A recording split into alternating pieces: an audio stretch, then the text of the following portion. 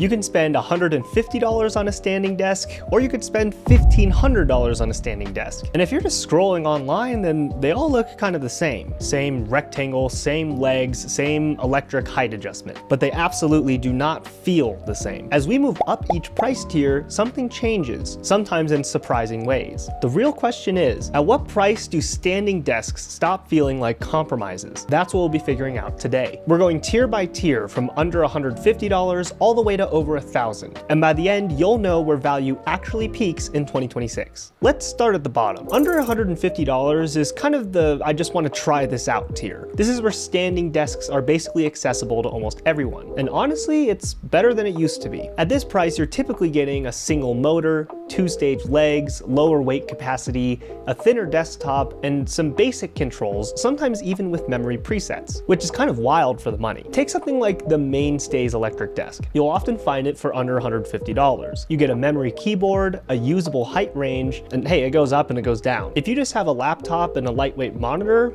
it works. And that's actually the surprising part for us, because 5 years ago, this tier was bordering on unusable, but now it's functional. However, this is where the emotional shift happens. If you add a heavy monitor arm, mount dual monitors, lean into the desk while you're typing, or even raise it to max height if you're taller, you're gonna feel some movement. It's not catastrophic, but it's just enough to notice. And this is the real issue. It's not mechanical failure, it's more psychological friction. When a desk feels slightly unstable at max height, then you're more hesitant to use it. You raise it less often, you stand less often, and eventually it just becomes another sitting desk. That's the hidden cost of this tier. A couple of quick alternatives would be the Fazebo Eris or the FlexiSpot E2. These desks work, they're accessible, and like the first example, they're entry-level electric done better than ever before. But it doesn't change the fact that there's still some major compromises. So what happens when you double your budget? This is where things start to feel real. Dual motors start to become common. Memory presets are now standard. Anti-collision sensors show up.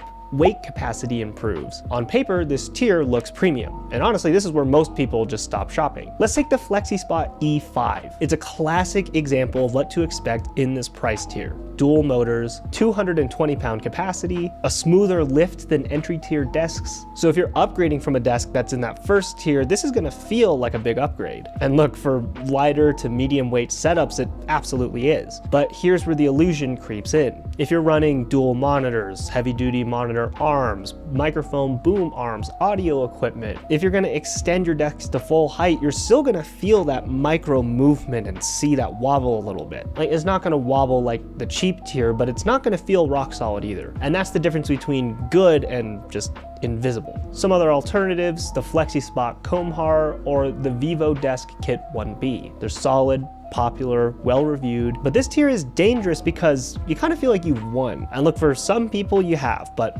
for long work days or people who stand a whole lot or just have heavier setups, micro annoyances are going to begin and they're gonna start to compound over time. So what's gonna change after we cross $300? Well, this is where there's a noticeable shift, because this is the first tier where the desk starts to disappear. Frames get thicker, cross support improves, motors sound more controlled, quality control is gonna get better, and something subtle but important happens. When you lean on the desk, it doesn't argue back. So let's stick with FlexiSpot. Their E7 desk is widely considered one of the strongest values in the standing desk market. Higher weight capacity, heavier duty frame, and it's a noticeable stability upgrade from their E5 tier desks.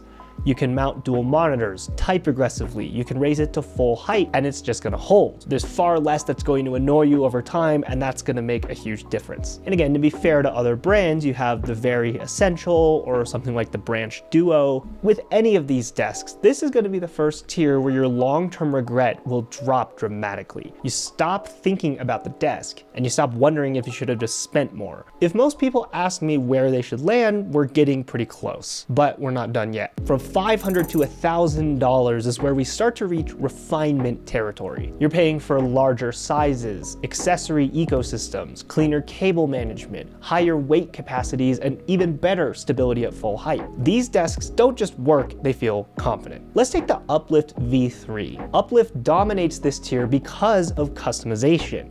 They have a 355-pound weight capacity, a huge size range, an accessory ecosystem, I mean, this desk feels serious. But here's the uncomfortable truth. The jump from $350 to $750 feels smaller than the jump from $200 to $350. That's diminishing returns. Stability improves, but not dramatically. And honestly, your productivity will be almost unchanged. Some notable alternatives will be your very 60x30 desk and the Secret Lab Magnus Pro. And I want to have a brief blurb about the Secret Lab desk because this is pretty popular online. Its main feature is the fact that it has this custom cable management tray that's built into the desk, as well as being magnetic so that you can attach all sort of accessories that come with the desk. And that's a great representation of what this tier represents in particular. It's not about necessity, it's about refinement and confidence. So above $1,000, the category stops progressing linearly. It branches into different options. You're not just buying more stability, you're starting to choose what desk philosophy that's important to you. Let's talk about the first branch, which is the stability monsters. So my desk is the Uplift 4-leg standing desk, and a desk frame that's arguably even more stable than mine is the Deskhaus Apex Pro. Look, these desks exist for a single reason: to completely eliminate movement. If you have triple monitors or a really large screen, heavy arms or deep desks, you can raise it to max height and it feels like it's bolted to the ground. For me personally, that was one of the main reasons why I bought this particular standing desk, because it has 4 legs and it's just ultra stable even with this massive monitor I have on an arm. It's not only about aesthetics, it's about that mechanical certainty. And for me personally, and for many others,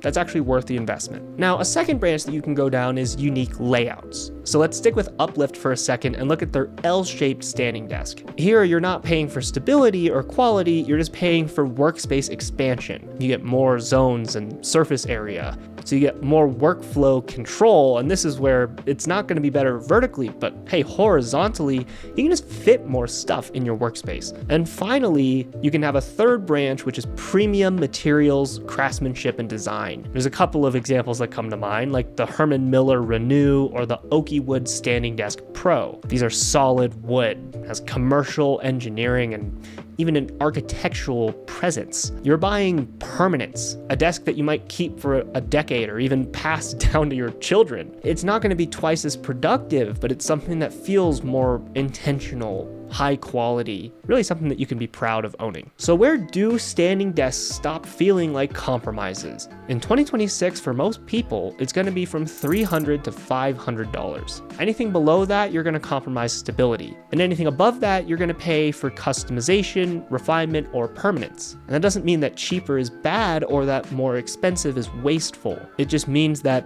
in this particular case, the value curve peaks in the middle. And once you understand that, you'll stop shopping blindly and start choosing intentionally. Let me know what other product that I should find the value sweet spot for in the comments below.